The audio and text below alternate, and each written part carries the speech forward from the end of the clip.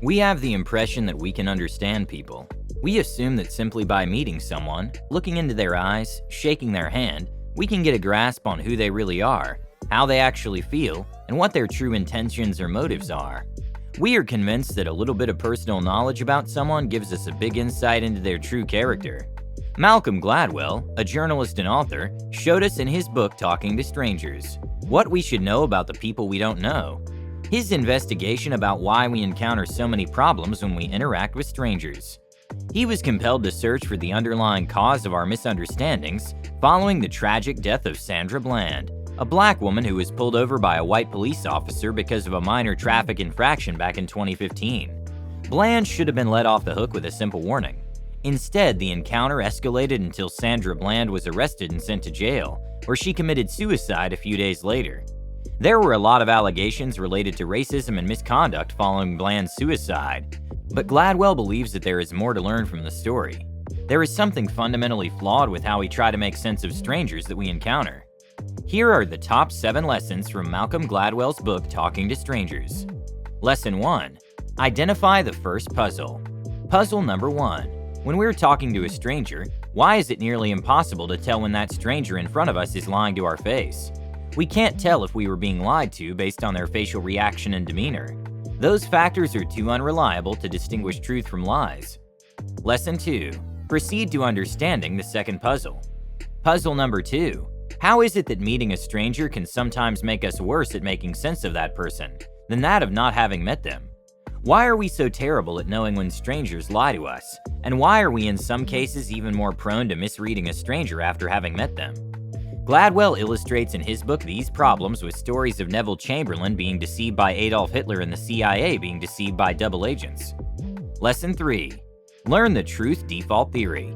This theory by psychologist Tim Levine is about how we tend to assume that people are telling us the truth. It takes a significant amount of evidence to the contrary in order for us to become convinced that someone is indeed lying. Because whether we like to admit it or not, some people are just so naturally good at it that even the most observant ones fail to distinguish truth from lies. Gladwell explores how our default to give people the benefit of the doubt allowed a con artist, a rapist, and a spy to get away with their crimes for years. Although he concluded that society as a whole would be far worse if we did not default to the truth. Lesson 4. Do not assume that people are transparent. The real life that Gladwell claims is not like a TV show. People don't exactly wear their emotions on their sleeves. The problem is that we often assume that we can reliably and easily interpret a stranger's behavior and facial expressions, as if they provided a clear image into the stranger's inner thoughts. That assumption has, for a very long time, led many people astray, including those investigators who were convinced that Amanda Knox was guilty of murder, and a lot of people who mistakenly thought their sexual partner had given them consent. Lesson 5. Accept that we can't know everything that we want to know. If our known strategies for making sense of strangers are not reliable, then what can we really do? Gladwell talked about a suspected terrorist who one day confessed to a long list of crimes he committed, after being interrogated by the CIA for years. The problem is that no one can be sure whether all the things that he confessed to actually happened. Gladwell claims that instead of focusing too much on how we can do a better job at figuring out strangers and how their mind works, we should humbly accept that we cannot know everything that we want to know. Lesson 6. Examine how context can shape a person's behavior. The place, time, and conditions someone is in can shape that person's behavior. The methods for suicide available are tied to suicide rates, and certain crimes are tied to particular locations. We often fail to fully consider such contextual factors when dealing with strangers.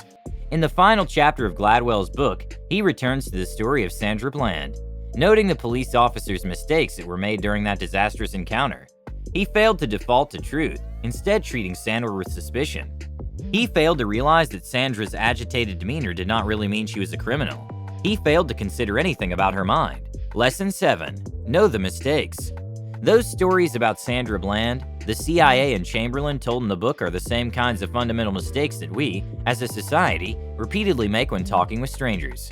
All too often, we have the confident assumption that we have judged strangers correctly based on the slightest of hints. Talking to Strangers is a book that teaches us that we should have self-awareness and more humility when talking with people we don't know. In conclusion, in this book, Gladwell examines plenty more stories of interactions between strangers, where something went very wrong. Here, Gladwell talks about what we should know about the people we don't know. He draws upon research from the social sciences to make sense why each of these incidents happened the way they did, and what they have in common. Do you have a special gift to tell when people are lying? Let us know in the comments section. Thank you for listening. If you like the book summary and you want to see more in this category, please like and subscribe so I can create more. You can also get a free copy of the entire audiobook by clicking the link in the description. Until next time.